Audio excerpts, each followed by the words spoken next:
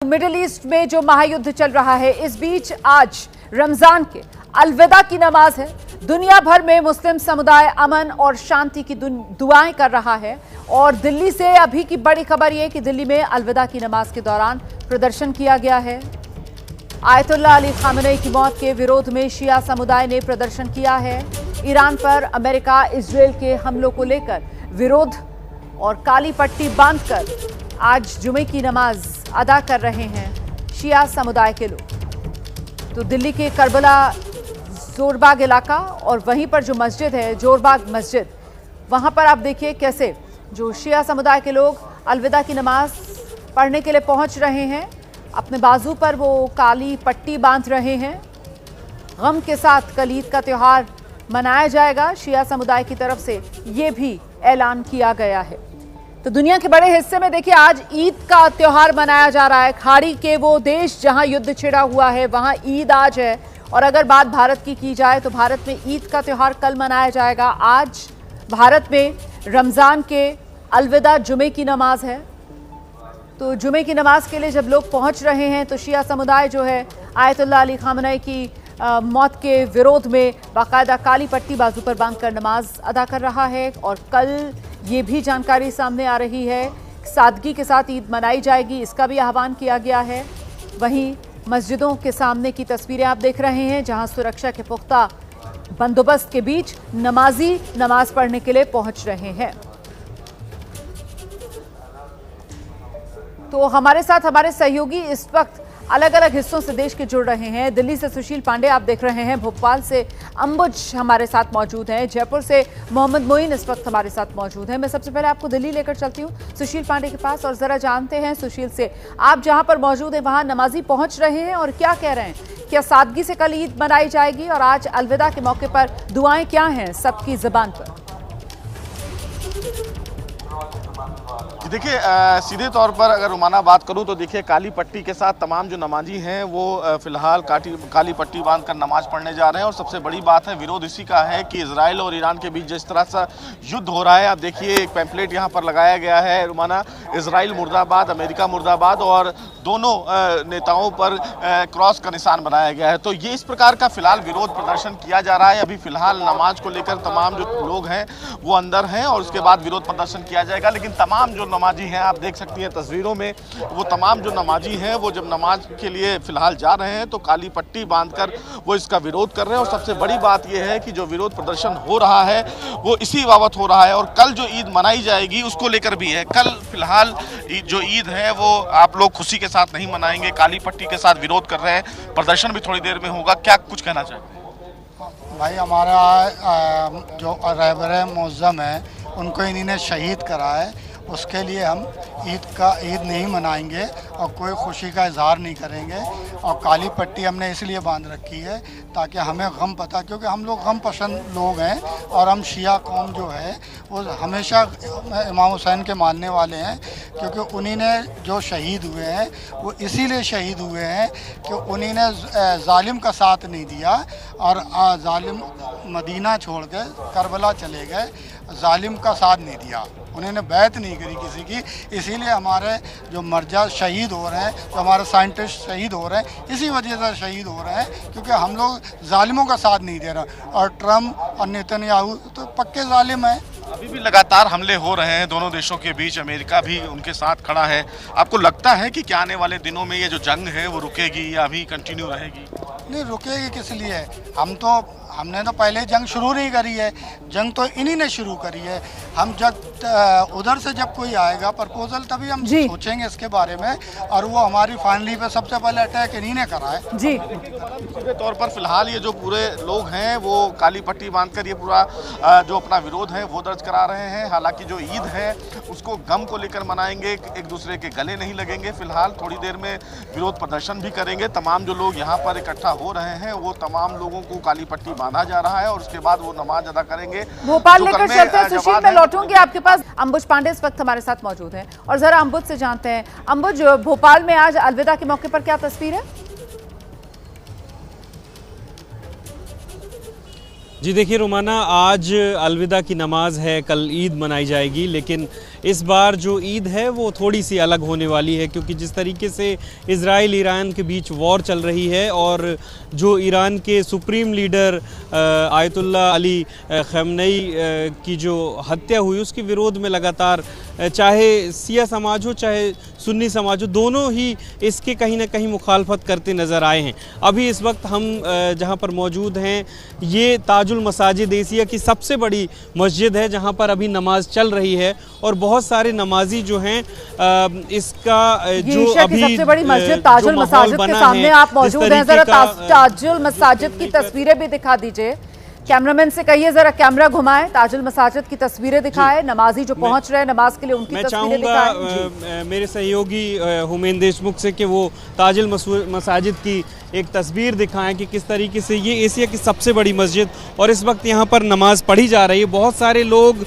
इस बात का विरोध कर रहे हैं जिस तरीके से ईरान पर हमला किया जा रहा है, जिस तरीके से ईरान के सुप्रीम लीडर की हत्या की गई, और इस बार ये भी अपील लगातार की जा रही है कि जो ईद है वो सादगी से मनाई जाए और ईद मनाते समय उनका जो रंज है, उनका जो गुस्सा है उसको भी जताया जाए। और आज जो ये अलविदा की नमाज अभी जो इस वक्त पढ़ी जा रही है इसमें भी काफ़ी ऐसे लोग हैं जो विरोध कर रहे हैं, विरोध जता रहे हैं। कुछ लोग काली पट्टी और कुछ लोग काले कपड़े पहन करके यहाँ पहुँचे हैं। निश्चित तौर पर अभी जब नमाज पढ़ कर के वो लोग वापस आएंगे तब उनसे बात भी हम करेंगे, लेकिन अभी इस वक्त यहाँ पर अंदर नमाज पढ़ी जा रही है और इस बात का विरोध जताया जा रहा है उसके साथ साथ ही कि जिस तरीके से ईरान तो बहुत तेजी से आपके पीछे से नमाजी जो हैं वो मस्जिद के भीतर जाते हुए नजर आ रहे हैं। मैं लौटूंगी आपके पास, रहिए हमारे साथ। जरा मोहम्मद मोइन का रुख करते हैं और मोहम्मद मोइन से जानते हैं ये रमजान का अलविदा है और ऐसे में जयपुर में क्या तैयारी है, सुरक्षा के लिहाज से भी जरा बता दीजिए यहाँ पर क्या तैयारी की जा रही है। पिछले शुक्रवार को भी क्योंकि एक कंफ्यूजन था कि कहीं ऐसा ना हो जाए आज ईद पड़ जाए, इसलिए पिछले शुक्रवार को भी अलविदा की नमाज अदा की गई थी, लेकिन आज अब तो तय है कि अलविदा है। आज क्या तैयारियां हैं? देखिए, आपको बता दें कि रमज़ान महीने का आज आखिरी शुक्रवार है। आज अलविदा जुमे की नमाज पूरी अकीदत और एहतराम के साथ मस्जिदों में अदा की जा रही है। जामा मस्जिद पर पिछले जुमे को ही एक साथ तकरीबन 1 लाख लोगों ने नमाज अदा की थी। आज भी अभी यहाँ नमाज शुरू होने में तकरीबन 30 से 35 मिनट का वक्त है, लेकिन आपको तस्वीरें दिखाना चाहेंगे कि जो शहर की जामा मस्जिद है, जामा मस्जिद में अंदर की जो जगह है वो भर चुकी है। चैनल गेट को अंदर से बंद कर दिया गया है और उसके बावजूद जो बाकी नमाजी आ रहे हैं वो अब सड़क पर बैठने का उनके लिए इंतजाम किया जा रहा है। तो अब से तकरीबन 35 मिनट बाद जो नमाजी हैं मस्जिद के साथ साथ बाहर सड़क पर इसी तरीके से नमाज अदा करेंगे। आपको बता दें कि इस बार की जो अलविदा जुमे की नमाज हो रही है या कल ईद की नमाज होगी, उसमें इजराइल और ईरान के बीच जो युद्ध चल रहा है उसका खास असर देखने को मिल रहा है। तमाम लोग ऐसे आज भी हैं जो काले कपड़े पहनकर आए हुए हैं। ईरान पर जो हमला किया गया है इसके साथ साथ जो वहाँ के सुप्रीम लीडर आयतुल्लाह खamenei की हत्या की गई है उसको लेकर के अपना विरोध जता रहे हैं। आप देखिए कि तमाम लोग ऐसे होंगे जो काले कपड़े पहन के आए हैं, कुछ लोग ऐसे भी हैं जो वहाँ पर काली पट्टी बंद करके आए हुए हैं। और मस्जिदों में जो खुतबा किया जा रहा है, खुतबे में भी दुनिया भर के हालात पर चर्चा की जा रही है, उसका पैगाम दिया जा रहा है। और ईद जब जुमे की नमाज खत्म हो जाएगी तो उसके बाद पूरी दुनिया में अमन चैन कायम रहे, इसे लेकर के खास तौर पर दुआ की जाएगी। देखिए, एक नमाजी भी हमारे साथ हैं। क्या नाम? मोहम्मद शादाब। ये बताइए, दुनिया भर के हालात को लेकर भी दुआ कर रहे हैं? दुआ कर रहे हैं बिल्कुल कि सुकून रहे, पूरे चैन अमन रहे, शांति से भाईचारा रहे, इसकी दुआ कर रहे हैं। इस बार ईद सादगी के साथ बिल्कुल सादगी के साथ मनाई जाएगी। इस बार ईद बिल्कुल खुशी से मनाई जाएगी, किसी प्रकार का। बिल्कुल, जो लोग हैं उन्होंने इस बार ये तय किया है कि ईद को बेहद सादगी के साथ मनाया जाएगा।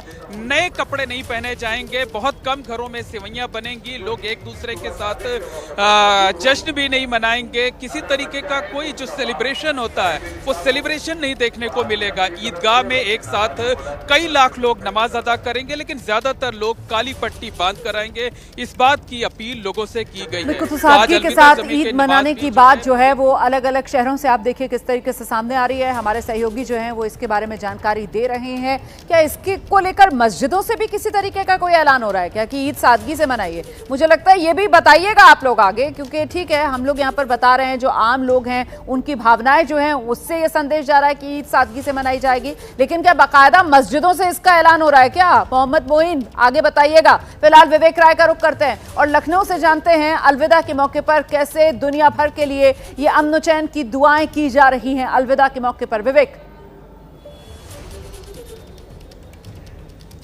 जी बिल्कुल, देखिए लखनऊ में हम बड़े इमामबाड़े पर मौजूद हैं। आसिफी मस्जिद है ये, और यहाँ पर भी अमन चैन की जो दुआ है वो तो पढ़ी गई है। इसके साथ साथ आप देखिए जो नमाज है वो पूरी हो गई है। तमाम जो नमाजी हैं वो नमाज़ पढ़ने के बाद बाहर की तरफ में निकलते हुए दिखाई दे रहे हैं। हालांकि इस बार पिछली बार की तरह तमाम लोगों ने काली पट्टियाँ नहीं बांधी हैं। कुछ चुनिंदा लोग ही काली पट्टी बांधे हैं, कुछ ने जो है वो काले कपड़े पहने हुए। लोगों से बातचीत भी करेंगे। अमन चैन की दुआ आज पढ़ी गई, आपने काली पट्टी बांधी हुई है। जिस तरीके से ईरान इसराइल के हालात हैं, क्या कहेंगे? हम लोग क्या कहेंगे, हम लोग गम मना रहे हैं, ईद नहीं मना रहे हैं। हम लोग नहीं मनाएंगे? नहीं, ईद नहीं मनाएंगे, काली पट्टी बांध के पढ़ रहे हैं। आप लोग ईद मनाएंगे? नहीं, सादगी से मनाई जाएगी। सादगी से मनाएंगे। जी जी। कुछ दुआ पढ़ी गई, कुछ हुआ? नहीं, दुआ तो कोई इससे खास नहीं, मतलब जो पढ़ी जाती है वो है, और सादगी से मनाई जाएगी। काली पट्टी बांधी है, विरोध जिस तरीके से ईरान इसराइल के हालात हैं उसको लेकर के विरोध। आप लोग कैसे इस बार बहुत सादगी से हम लोग मना रहे हैं, बहुत अच्छे। किस तरीके से इस बार ईद मनाई जाएगी? कैसे हालात, जो तमाम देश के हालात हैं उस पर क्या जी जिस तरीके से नमाजी इमामबाड़े से बाहर आते हुए नमाज पढ़ने के बाद, और देखिए कुल मिलाकर यही तस्वीर उभर रही है देश के अलग अलग हिस्सों से कि लोग खुद इस बात का जिक्र कर रहे हैं कि जैसे खाड़ी के अंदर युद्ध की स्थिति बनी हुई है, तो ईद जो है वो सादगी से मनाई जाएगी। और बहुत से नमाजी जो हैं वो बाजू पर काली पट्टी बांध कर पहुंचे हैं आज नमाज पढ़ने के लिए। सोग मनाया जा रहा है आयतुल्ला अली खामनेई की मौत का। ईरान की सेना IRGC को एक और बड़ा झटका लगा है। हमला हुआ है और हमले में IRGC के प्रवक्ता नाइनी की मौत हुई है। अमेरिका इजराइल ने यह हमला किया था। इस हमले में मारे गए हैं अली मोहम्मद नाइनी। ये बड़ी खबर आ रही है। ये IRGC के लिए एक बड़ा झटका है, क्योंकि अली मोहम्मद नाइनी जो है वो IRGC के सीनियर प्रवक्ता थे। उनकी मंजूरी के बाद ही IRGC के सभी बयान जारी हो रहे थे। हाल में अली मोहम्मद नाइनी ने कहा था कि अगले 6 महीने तक अमेरिका और इजराइल से जंग लड़ने में सक्षम है ईरान। IRGC के सभी बयान नाइनी की मंजूरी के बाद ही सार्वजनिक किए जा रहे थे। हम सीधे आपको लेकर चलेंगे। हमारे साथ हमारे सहयोगी नीरज इस वक्त मौजूद हैं और डिटेल्स के साथ। नीरज, क्या जानकारी मिल रही है? कब हुआ ये हमला? कहां मारे गए नाइनी? बिल्कुल, ये जो जानकारी है ईरान की तरफ से दी गई है कि IRGC जो सबसे प्रमुख उनका मिलिट्री संगठन है, उसके जो प्रवक्ता हैं, सीनियर प्रवक्ता जो हैं अली मोहम्मद नाइनी, वो अमेरिकी और इजराइल के अटैक में मारे गए हैं। बीती रात जो अटैक्स हुए उन सब में ये मारे गए हैं। ये जानकारी ईरान की तरफ से दी गई है। और ये जो अली मोहम्मद नाइनी है रुमाना, दरअसल जो IRGC की जो भी साइकोलॉजिकल वॉरफेयर जो यूनिट थी, जो कि पूरा नैरेटिव वॉरफेयर या प्रोपेगेंडा कह सकते हैं, उसके लिए जिम्मेदार थे। उसके प्रमुख थे ये अली मोहम्मद नाइनी, यानी कि IRGC के। और इन्होंने ही कहा था, अभी हाल में आपने देखा होगा 2 या 3 दिन पहले जो बयान आया था कि ईरान 6 महीने तक इस युद्ध को लड़ सकता है अमेरिका और इजराइल के खिलाफ, वो दरअसल इन्हीं का बयान था, अली मोहम्मद नाइनी का। तो एक बड़ा झटका IRGC और ईरान को माना जा सकता है अली लारीजानी के बाद। सिलेंडर की कमी है जो लोगों के लिए बड़ी परेशानी का सबब है। हालात ऐसे हैं कि सिलेंडर की व्यथा लोगों के लिए अनंत कथा बन चुकी है। देश के अलग अलग हिस्सों से जो तस्वीरें सामने आ रही हैं वो ये बयान कर रही हैं कि लोग गैस न मिलने की वजह से कितने हैरान परेशान हैं। अब मैं आपको एक साथ 6 तस्वीरें दिखाने जा रही हूँ। गैस संकट की वजह से छोटे शहर हो या फिर महानगर हो, हर जगह हालात एक जैसे नजर आ रहे हैं। ये तस्वीरें आप देख रहे हैं, मुंबई से लेकर जयपुर, चंडीगढ़ से लेकर पटना तक लोग लाइन में कतार लगाकर खड़े हैं, सिलेंडर लेने के इंतजार में। सूरत की तस्वीर देखिए, मजदूरों को रोजगार छोड़कर वापस अपने घर, अपने गांव लौटने को मजबूर होना पड़ रहा है। बताने की जरूरत नहीं है मुझे कि गैस का संकट दिन ब दिन लोगों की टेंशन में बड़ा इजाफा कर रहा है। ये तस्वीरें खुद ब खुद उसकी गवाही दे रही हैं। और ऐसे में LPG उपभोक्ताओं से अपील की जा रही है, जहां भी CNG उपलब्ध हो वहां CNG शिफ्ट कर लें। ये जानकारी मिल रही है, कहीं भी ड्रॉ आउट नहीं है। इस तरीके की बातें भी सामने आ रही हैं जो कही जा रही हैं। उधर गुजरात के सूरत में गैस की कमी से हालात बद से बदतर हो रहे हैं। दरअसल गैस के सिलेंडर नहीं मिलने की वजह से मजदूरों के लिए खाने पीने तक का संकट पैदा हो गया है। ज्यादातर मजदूर तो अब वापस अपने गांव लौट रहे हैं। सूरत में रहने वाले प्रवासी मजदूरों की तादाद करीब 10 से 12 लाख है, जो गैस न मिलने की वजह से अब अपने घरों की तरफ रुख कर रहे हैं। भारी संख्या में मजदूरों के घर लौटने की वजह से एक बार फिर रेलवे स्टेशन पर कोरोना काल जैसे हालात देखने को मिल रहे हैं। यहां मजदूरों की भारी भीड़ दिख रही है। ट्रेन तो उतनी है, लेकिन एकदम से मजदूर जब घर वापसी कर रहे हैं तो फिर भीड़ बेकाबू, बेइंतहा, बेतहाशा। गुजरात के सूरत में गैस की किल्लत को लेकर कामदार है वो अपने वतन जा रहे हैं। तस्वीरें सीधी देख सकते हैं। सूरत के उधना रेलवे स्टेशन का नज़ारा है, जहां पर पूरा का पूरा परिवार जो है वो यूपी बिहार की ओर चलते हुए नजर आ रहे हैं। ये तस्वीर देख सकते हो, बड़ी बड़ी तादाद में कामदार जो है यहाँ पर कतारबंद लाइन में लगे हुए हैं।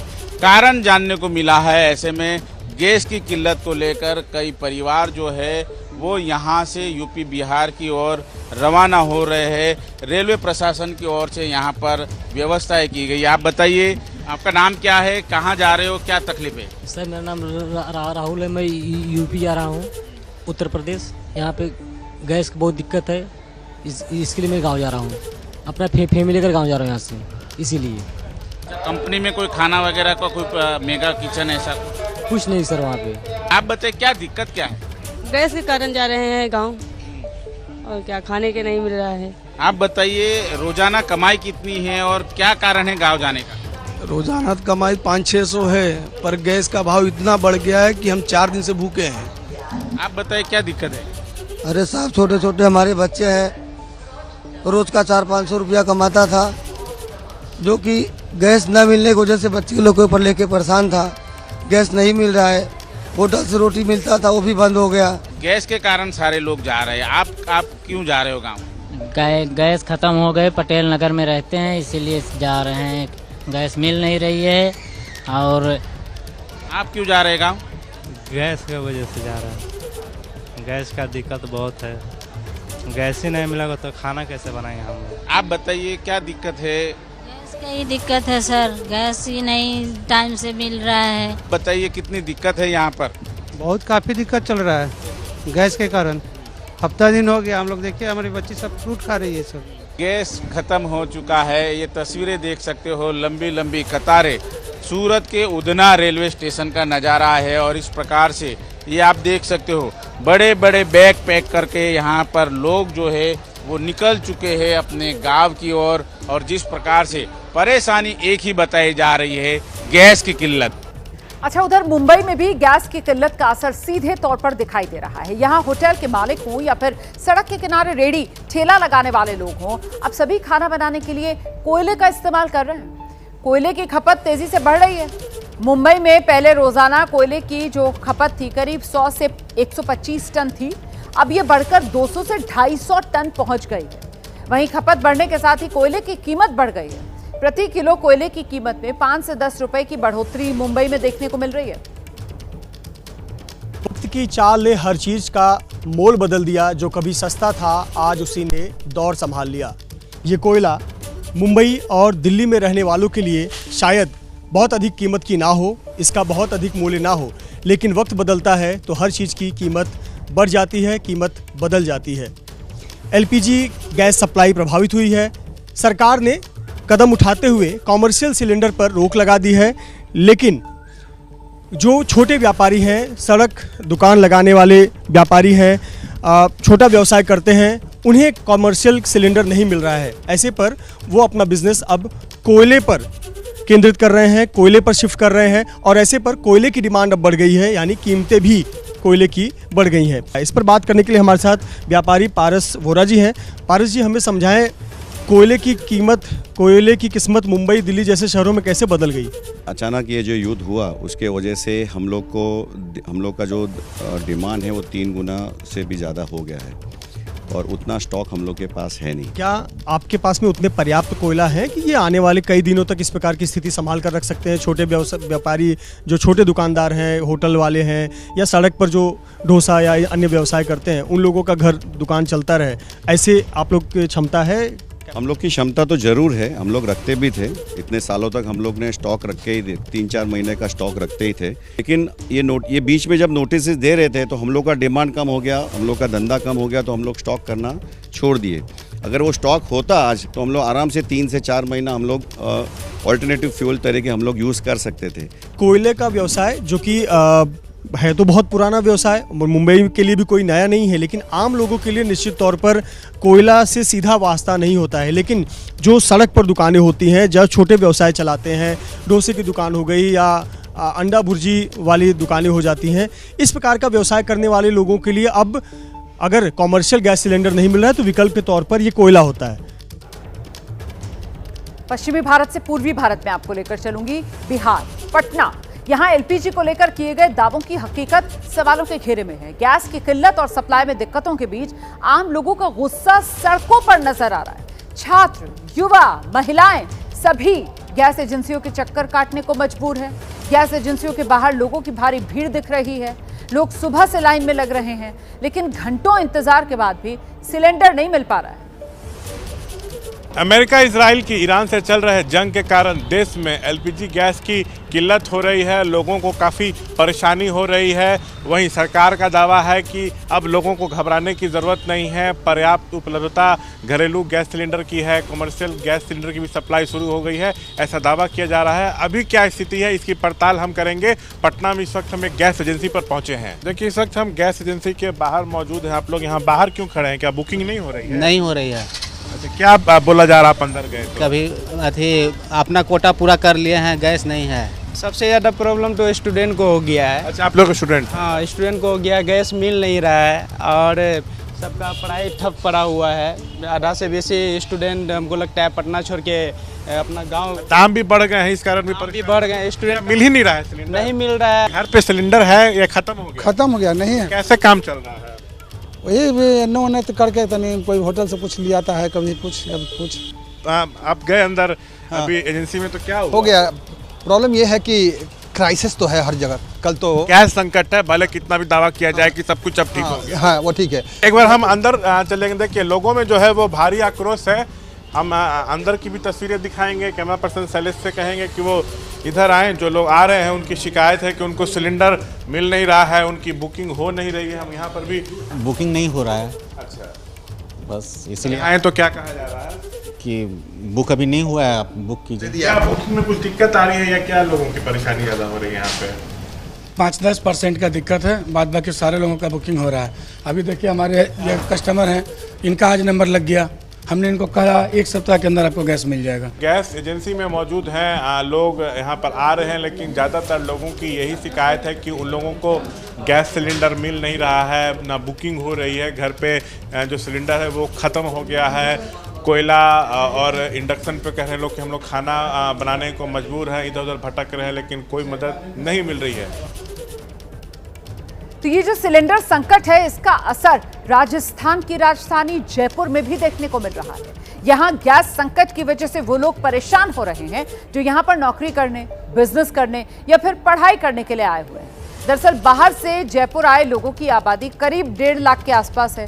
जयपुर में चलने वाले 2000 टिफिन सेंटर से ही ये लोग खाना लेते हैं, लेकिन सिलेंडर की कमी से अब टिफिन सेंटर्स की सप्लाई पर असर पड़ रहा है। फिलहाल इंडक्शन पर खाना बनाकर लोगों तक खाना पहुंचाने की कोशिशें जारी हैं। मिडिल ईस्ट में चल रहे युद्ध की वजह से भारत में कमर्शियल गैस सिलेंडर्स की सप्लाई अब भी बुरी तरह प्रभावित है। सप्लाई ना के बराबर हो रही है और इसका सीधा असर लोगों के रोजगार पर पड़ रहा है, लोगों के भोजन की थाली पर पड़ रहा है, उसके स्वाद पर पड़ रहा है। जयपुर की अगर बात की जाए तो जयपुर में बड़े पैमाने पर टिफिन सेंटर संचालित होते हैं, लेकिन जब से कमर्शियल गैस सिलेंडर्स की सप्लाई ठप हुई है, प्रभावित हुई है, तब से उसका सीधा असर टिफिन सेंटर्स पर भी देखने को मिल रहा है। कमर्शियल सिलेंडर की सप्लाई नहीं हो पा रही है, लिहाजा जो टिफिन सेंटर्स हैं वो इस तरीके से खाली पड़े हुए हैं, उनके ये जो सिलेंडर्स हैं वो खाली पड़े हुए हैं। इस वक्त हम मौजूद हैं जयपुर शहर के लाल कोठी इलाके में, जहां आप देख सकते हैं कि ये सरोज देवी नाम की जो महिला हैं ये टिफिन सेंटर चलाती हैं, इंडक्शन पर खाना बना रही हैं। काफी देर से इन्होंने एक रोटी जो है वो तवे पर चढ़ा रखी है, लेकिन उसकी जो सेटिंग है इंडक्शन की, वो सेटिंग नहीं कर पा रही हैं। हालत ये है कि जितने लोग पहले खाने के लिए आते थे, अब उसमें से सिर्फ 15 से 20% लोग ही आ रहे हैं। मेन्यू में भी इन्होंने जबरदस्त कटौती कर दी है। क्या दिक्कत आ रही? बहुत देर से आप परेशान हैं। ये चालू नहीं हो रहा ना, इस पे ये जो तवा और भगोनी जो भी अपन रखते हैं ना, उसका अलग अलग स्विच है, तो ये चलाना नहीं आ रहा। मैंने स्टार्ट तो कर लिया ना, लेकिन गर्म नहीं हो पा रहा है ये अंदर से। काफी देर से आपकी रोटी जो है वो इसी तरीके से पड़ी हुई है, कैसे बनेगी, कब बनेगी और कब सप्लाई करूँगी? अगर कस्टमर आ जाए तो फिर वैसे लेट हो जाते हैं और फिर दिक्कत आती है बहुत ज्यादा। कितना आपका कामकाज प्रभावित है? बहुत कम हो गया है। पहले 10-15 टिफिन जाते थे, अब तो 2-3-4 ही रहे हैं। सर बहुत ज़्यादा असर पड़ रहा है। मेरे तो सारा खर्चा इसी चीज़ से चलता है। आगे पीछे सारा धंधा मेरा इसी से चलता है। इसके पापा है नहीं है। देखिए यहाँ पर एक स्टूडेंट हैं, वो यहाँ पर खाने के इंतज़ार में बैठे हैं, लेकिन रोटी तो तैयारी नहीं हो पा रही है। जी सर, काफ़ी इश्यूज दिखने को मिल रहे हैं और मेनली ये है कि रोज़ रोज़ दाल खाने को मिल रहा है। तो मेरे को अकॉर्डिंग टू मी स्टूडेंट्स के लिए टेस्ट भी कहीं ना कहीं मैटर करता है इस उम्र में। तो रोज़ रोज़ दाल नहीं खाई जाती और बाहर से शायद वर्थ भी नहीं कर पाते, कि अफोर्ड नहीं कर पाते काफ़ी चीज़ें की। निश्चित तौर पर कहा जा सकता है कि जो कमर्शियल गैस सिलेंडर्स की सप्लाई नहीं हो पा रही है, उसकी वजह से ना सिर्फ लोगों का रोजगार प्रभावित हो रहा है, बल्कि खाने की थाली पर भी असर पड़ रहा है। इधर उत्तर प्रदेश के मुरादाबाद में बारिश हुई और बारिश के बीच भी लोगों की मुश्किलें और बढ़ गई। बारिश में गैस सिलेंडर के लिए एजेंसी के बाहर लोग लंबी कतार में खड़े हुए हैं। अलविदा जुमे की नमाज भी पढ़नी है। ईद से पहले मांग और बढ़ी हुई है। हालात चुनौतीपूर्ण हैं। ये तस्वीरें आप देख रहे हैं, मुरादाबाद का ठाकरद्वारा इलाका है, भारत भावना गैस एजेंसी के बाहर ये तस्वीरें। सुबह से ही लोगों की भारी भीड़। बारिश लगातार हो रही है, लेकिन लोग छतरी लेकर अपनी बारी का इंतजार कर रहे हैं। सिलेंडर नहीं है घर पे, रोटी नहीं बन रही है, बारिश उधर पड़ रही है, लकड़ी गीली हो गई है। बताओ क्या, सिलेंडर तो लाना पड़ेगा ना। भीग जाएंगे, बीमार पड़ जाएंगे। बीमार पड़ेंगे साहब, क्या है, रोटी तो पेट में जानी चाहिए। गैस लेने हैं, ईद का मौका चल रहा है, आज अलविदा जुम्मा है और हम गैस की वजह से यहाँ पे हावे हैं और गैस नहीं मिल पा रही है। 3 दिन से चक्कर लगा रहे हैं, गैस नहीं मिल पा रही है।